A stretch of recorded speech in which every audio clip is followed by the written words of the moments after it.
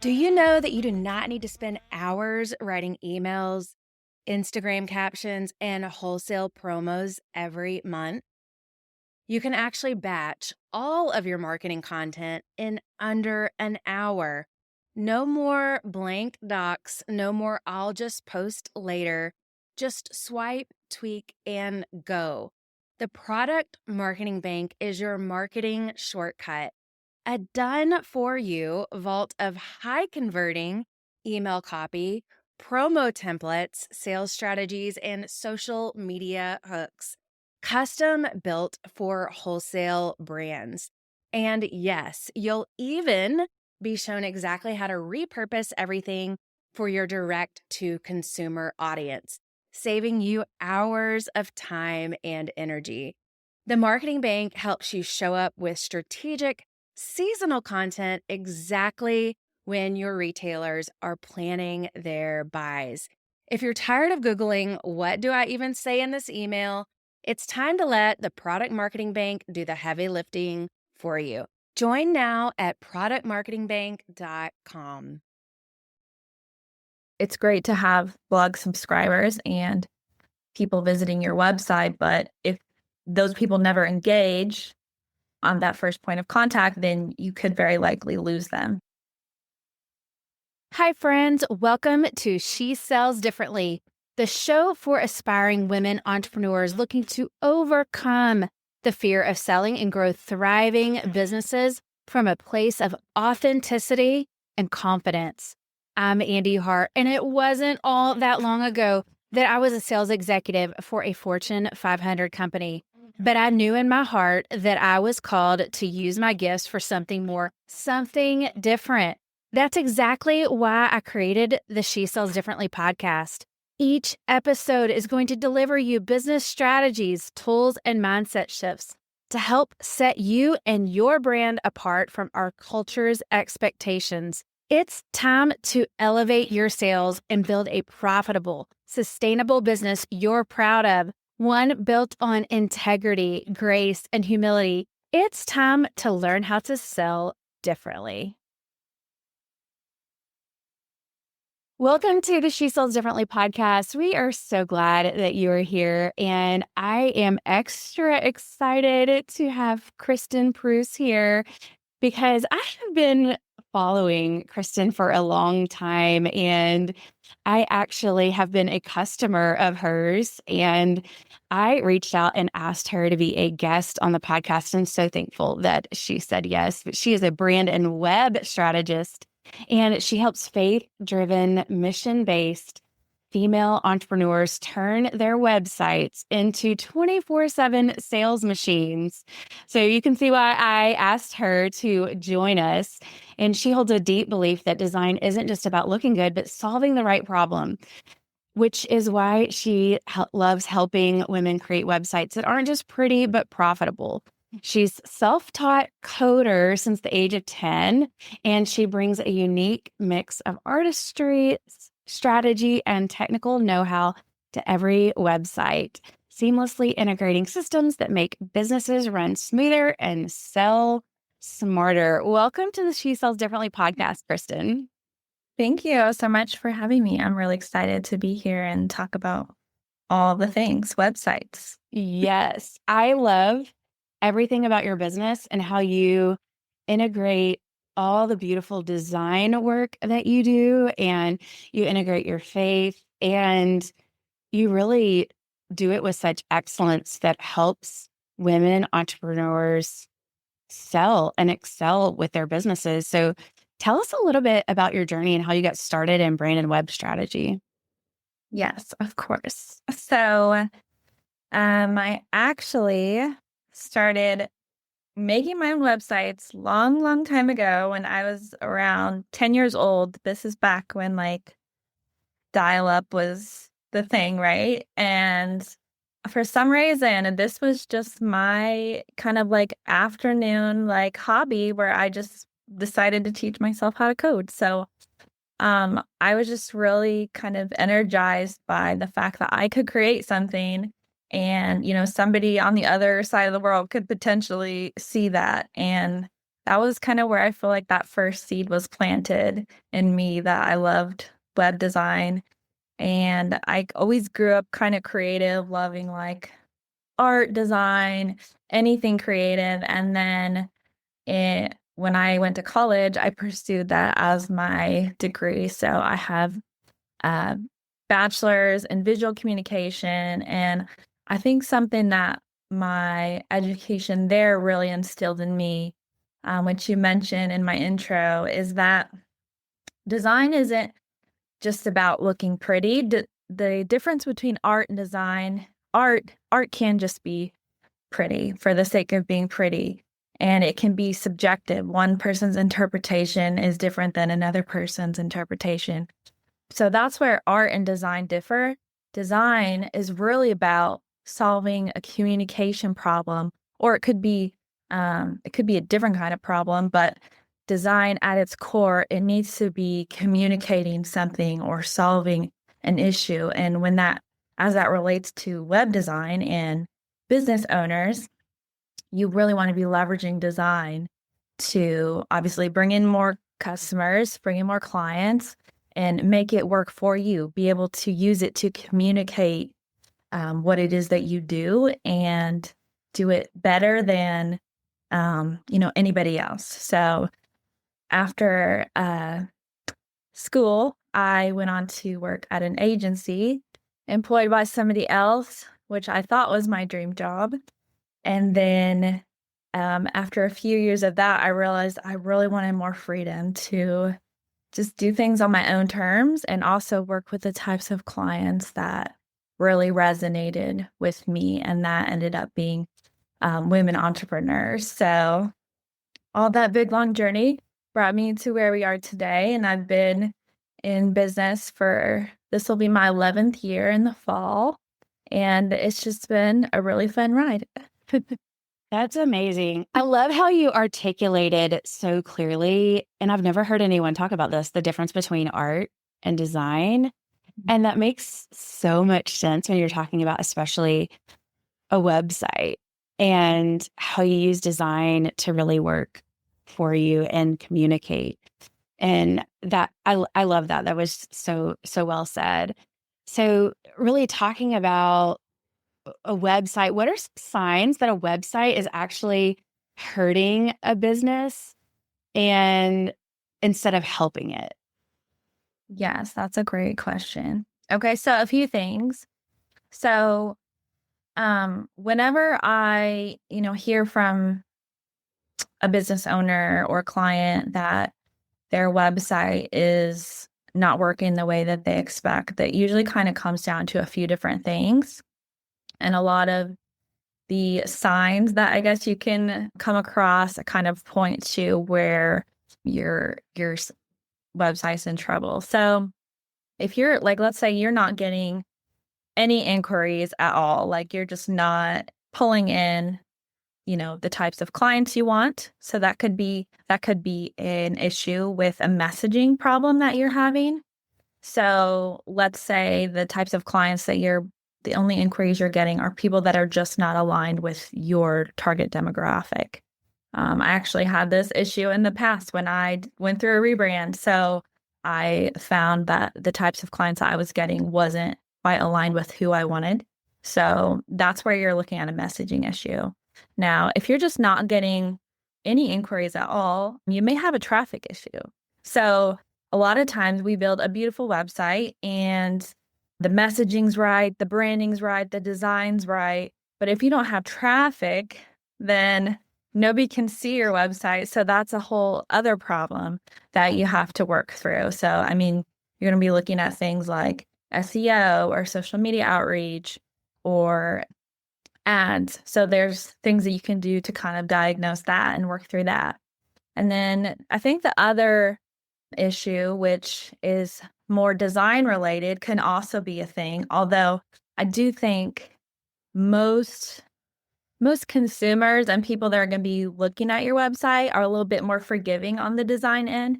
If you have the traffic and if you have the messaging, I feel like the design is kind of like, okay, that's like the cherry on the top that can really seal the deal. That can kind of make that brand experience and really seal that point of connection. Because when somebody comes on your website, they're probably looking for information, they're probably looking for credibility, and they're also seeking to have that connection with you as a service provider, or even, a product creator. They want to look for those points of connection, that, okay, what makes your service or what makes your product different than, all the other ones out there. So I think if you can have those three things dialed in, the messaging, the traffic, and the design and kind of brand experience, I think that's where you're going to find the sweet spot of being able to diagnose the issues that you're having and also make some changes to optimize your site and get it working for you. I love that. And talking about you've really you talk about really utilizing your website as a sales tool and a sales machine. So what do you look for, or how do you really utilize your website? And what are some of the foundational elements that you feel like every website needs to be that 24/7 sales machine? I love that question. Okay, so I got a lot of ideas.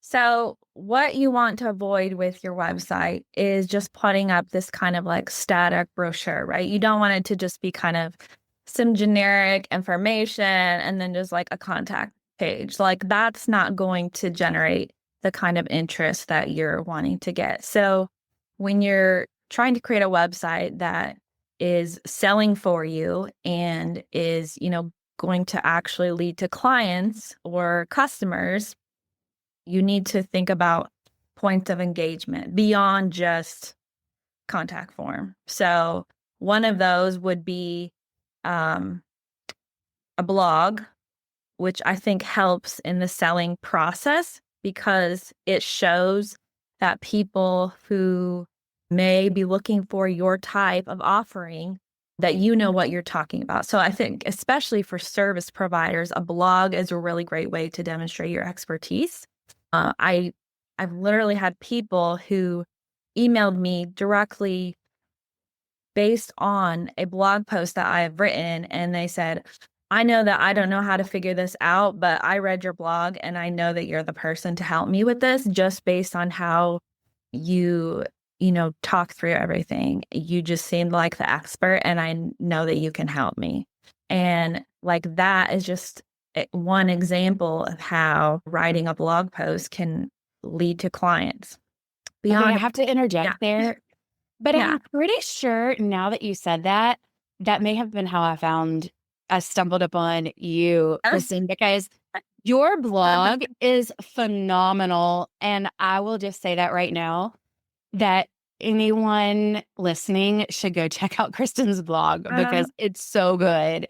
Like, such good information. So yeah, I'll just interject that. I do recall that now. Yes. Okay, love it. Thank you. Yes. So a blog is great, one, for demonstrating your expertise, and two, for SEO. So that is why I love it, because I really feel like it is kind of the ultimate like passive sales system, because you are, one, bringing in traffic through SEO, and two, demonstrating your expertise and in creating that kind of trust, know, like, and trust factor right off the bat.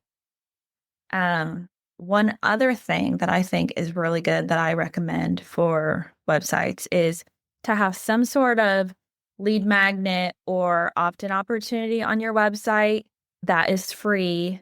Essentially, you have an offering, whether that's a PDF or a quiz or some type of checklist or guide that people can put their email in address to get and look at your offer. So this is just a great entry point. We talk about like the marketing funnel, like this is the entry point to that funnel where you want to get people in your world to start getting acquainted with you. And just like a blog is a great entry point for demonstrating your expertise, a lead magnet is also a way that you can do that alongside of growing your email list. So it's great to have blog subscribers and people visiting your website. But if those people never engage on that first point of contact, then you could very likely lose them. So growing that email list obviously is important. That's lead magnets are the number one way I've grown my email list without ads on my own website. And it's great because you can also include those lead magnets in your blog. So it's kind of a system that all works together to get that contact information and then also be able to continue to utilize that for like lead nurturing or email newsletters so you can keep in contact with your audience. Yes. Even just you talking about your blog and me like recalling now, that's how I found you. It's inspired me. I'm over here taking notes to really, I have a blog, but even just diving more into that, both for SEO and just for education purposes, you know? So, Yeah, definitely. and you mentioned service providers, which I do have a lot of service-based businesses that listen. What about if you're a product maker or a product-based business? Do you feel like that's a blog is also a good way to build your audience as well? I do think it can work in some instances. It probably depends on the type of products you're creating. Um, Whether that's like digital versus physical products. I could see maybe it being more applicable for physical products potentially, but I do think there's other ways to create points of engagement on a product's business, like somebody who has like an e-commerce shop, even just something as simple as like a discount on your first order, like a pop-up that comes on your site and you get that email address. Again, same type of thing. You're just bringing somebody into your world so you can keep communicating with them.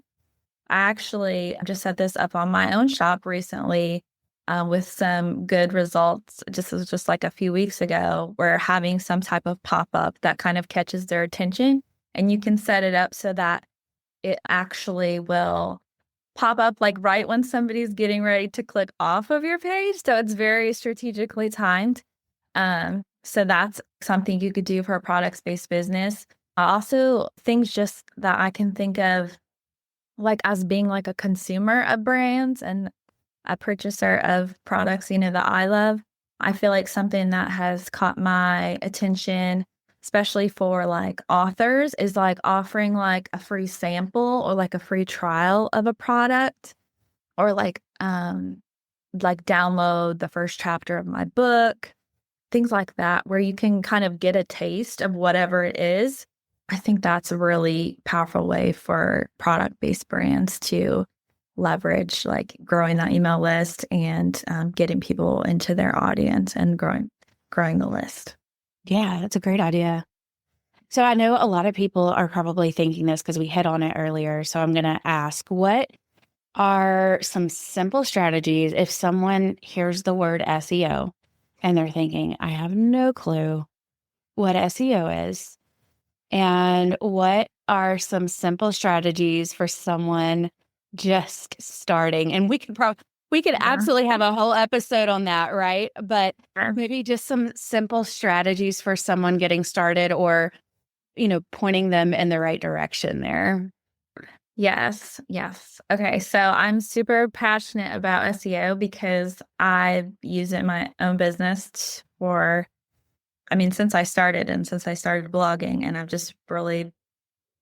I love it because it's a powerful tool that you can implement in your own business and not have to pay for ads. So if you're just starting out and you're like, well, okay, I need traffic, but how do I get it? Like SEO is a great opportunity. So basic strategies for SEO. So I always like to say that let's start with the basics of like on page optimization. So that probably feels maybe technical or scary, but really it's just taking a look at your page and having some basic foundational elements set up on your page that will give you the best possible chance at Google being able to know what that page is about. So that's what we're talking about when SEO. It's basically just letting Google know what your page, what the main thing is about. And hopefully that aligns with what your ideal audience is typing into Google, right? So, I guess the first thing off the top of my head would be make sure that every page on your website that you want to get found or that you want to drive traffic to organically is optimized for one keyword or keyword phrase. So when I say one keyword, that means like you want to focus on one topic. So like something that somebody would type into the Google search bar. So for example, like my services page, I might optimize for web design for women entrepreneurs, something like as specific as that. And when you look at that keyword that you choose, you're going to want to focus on a few, I'll call it aspects about that. So you want to make sure that enough people are searching for that, which in the SEO world is called volume. And you also want to make sure that it's something that you're going to be able to rank for. And in the Googleverse, everybody is trying to rank for, certain key terms. And there are some key terms that are more in demand and they're going to be harder to rank for. And there's going to be some terms that are going to be easier. The terms that are going to be easier to rank for are what are called those long tail key terms. And that's what I just described as like, web design for female entrepreneurs or women entrepreneurs, where it's like a 3 or 4 phrase that you can use versus if I were to just optimize my services page for the word web design. Like so many people are searching for web design, right? So it's going to be really hard to compete for that key term. That's so helpful because I think the problem is that so many women entrepreneurs, like we don't know how to even start to optimize a web page, right? And Yeah. so that's like even the keyword and like focusing on one aspect or one keyword on a web page is so important. And I even I'm thinking like, okay, I need to go back and really look at my website because I don't think that I've really done that for my website. And so I think even if you just take that like helpful tip and start there, Yes. Yes. I think that I've seen a lot of people where they'll try to do their own SEO.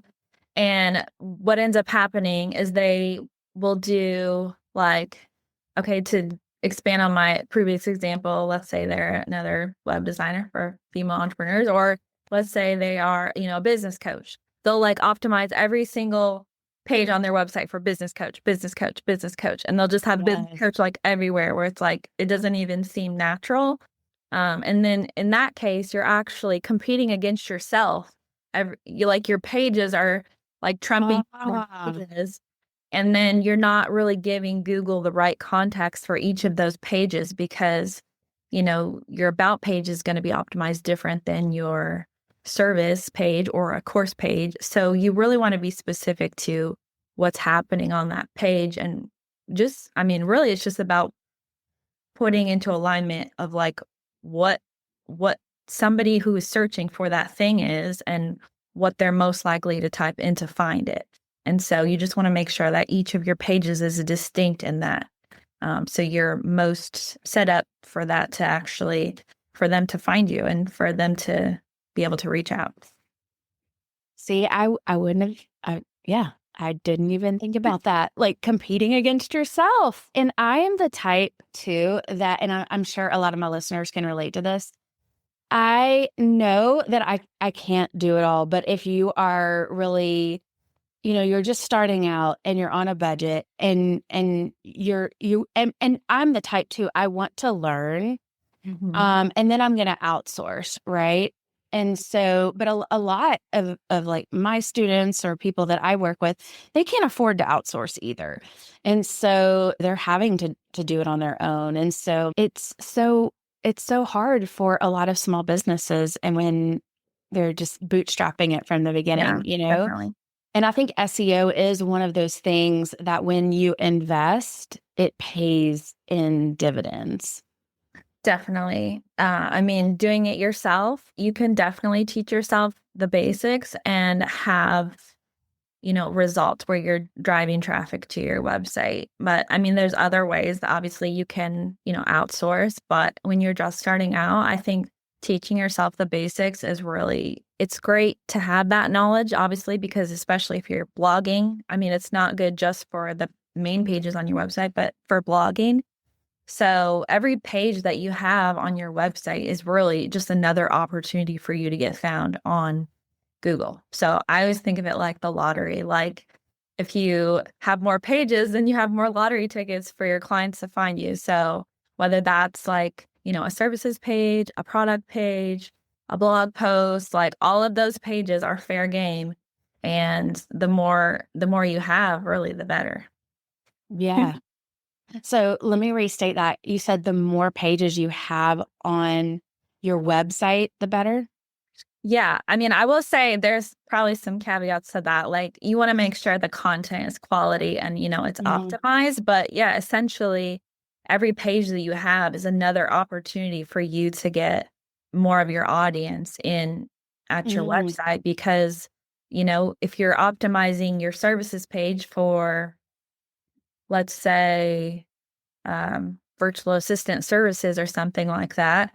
But you also have a blog post about how to design social media graphics or something like that. Like those are two distinct kind of things, but still might fall under the yeah. umbrella what you provide. So again, just another opportunity for you to get in front of the right person. So, what advice would you have for women who feel uncomfortable or salesy when promoting their products or their services online?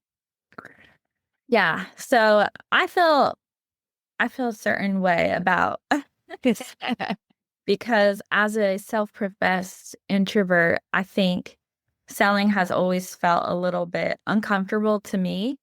I think that's why I love my website and why I love helping women sell through their websites because it feels like a way that is an authentic way to sell Mhm. where you're not like, beating on somebody's door, asking them if they want to buy your thing or they want to hire you. That always feels a little bit intimidating to me. And so instead of like doing, outbound or cold outreach or things like that, a website is really a space where you can, have people who are already looking for what you're selling or what you're offering and them coming to you. And whether that's, you know, like I said, through SEO and organic traffic, or I mean, you could potentially have other channels like social media or ads. But once they're on your page, if it's done well, it kind of does the selling for you. And that's how you get clients who are in your inbox who are ready to work with you and they say, I'm 100% ready. I'm ready to pay the deposit and here, let's go. Yeah. Yeah. So, in kind of wrapping up, what advice, or if a listener could do just one thing today to improve their website's overall ability to sell, what advice or what would that one thing be that you would tell them? Hmm. Good question. Okay. I would say take it back to your audience. I would try to see your website through the eyes of your audience because Mm, at the end of the day, I mean, they're who you're doing this for. They're either, who you're providing the service for or who you are creating the product for. And how can you be more helpful to them? And how can you provide them the information that they're looking for in order to make a purchase decision? Like think about your own consumer behavior that you have. Like when I'm purchasing this type of thing, what am I looking for? Like kind of use your own experience meshed with what you know about your audience and your offer to see your website kind of through new eyes. And I feel like that will give you a lot of insight in what you might want to change. Yes. And I also want to talk about this because you have an offer for our audience. It's your DIY website workbook. And I was looking back Yeah. and I remember purchasing this and it's so good, y'all. It's the complete guide to plan, write, design, build, and launch your website in just 4 weeks. And I'll let Kristen talk about it, but she's giving our listeners, the She Sells Differently listeners, 30% off with the code She Sells. So thank you so much for that. It's the code She Sells and it's 30% off. But if you want to kind of talk through that and what all is included with the DIY website workbook. Yes, thank you so much because I am really excited about this. I've actually been working on it for the past few weeks to revamp for my 2025 version. And it is all the things that you said it is, but even better because I have transformed this into a more interactive format. So now it's in a Google Docs, the new tabs that Google Docs has that everybody's raving about. Yes. So it is utilizing the tabs, and I've really done my best to break down that same exact process that I use for my clients or templates that I'm creating and really outlining that step-by-step framework that somebody could take this workbook, follow my instructions exactly, and then be able to come out at the end of 4 weeks and be able to launch their website. I've got like tons of like templates, and I got like a interactive timeline so they can actually, say when they're going to start building their website, and then it will spit out like, okay, you need to do these steps on this day and these steps on this day. And then one of my favorite new parts about the newest version is I have this, I'm going to call it the ultimate ChatGPT copywriting prompt that you can literally plug in some details about your business and the page that you're writing, and it will give you some amazing website copy that you can further tweak and use in your website. So I'm super excited about all the stuff. I mean, I cover design, tech, messaging, apps, integration, e-commerce, and it's just really robust, and even some SEO stuff. The basics of like what I talked about here today, it goes in a little bit more detail about that as well. So I'm super excited that I'm going to be launching that. And it will be available, like you said, to your listeners at a discounted price. So Yes. And thank you for sharing that. And yeah, I was just looking through the version that I had bought. And if you've improved on that, it's going to be worth every penny and more. So it's amazing. Um, awesome. Well, so good. yeah, I'm excited about that. So I have a feeling that there are going to be some listeners that after hearing this episode are thinking, I need Kristen in my life. So how can they find you? How can they work with you? And what services do you provide? Yes. If anybody is interested in working one-on-one, I do offer custom websites, but I also do have affordable website templates that I have in my shop. So that would be another option. I'm also have a growing library of YouTube videos. So if you are into the platform for web design, I have a lot of tutorials there that I've been growing as well. So I've mainly focused into web design, although I do have some branding offerings as well.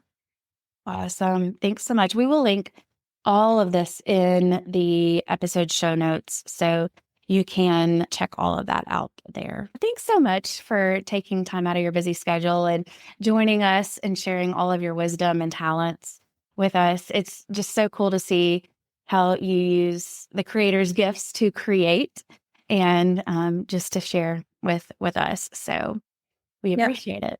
Thank you for having me. It's been really fun. Yes. And thanks for tuning in to another episode of the She Sells Differently podcast. We'll have a brand new episode next Wednesday. And until then, we're cheering you on. All right, that's a wrap on today's episode of She Sells Differently. Friends, it would be a huge blessing to me if you would take 2 seconds to rate and subscribe to my podcast. New episodes drop every Wednesday. Until then, I'm cheering you on in your entrepreneurial journey. See you next time.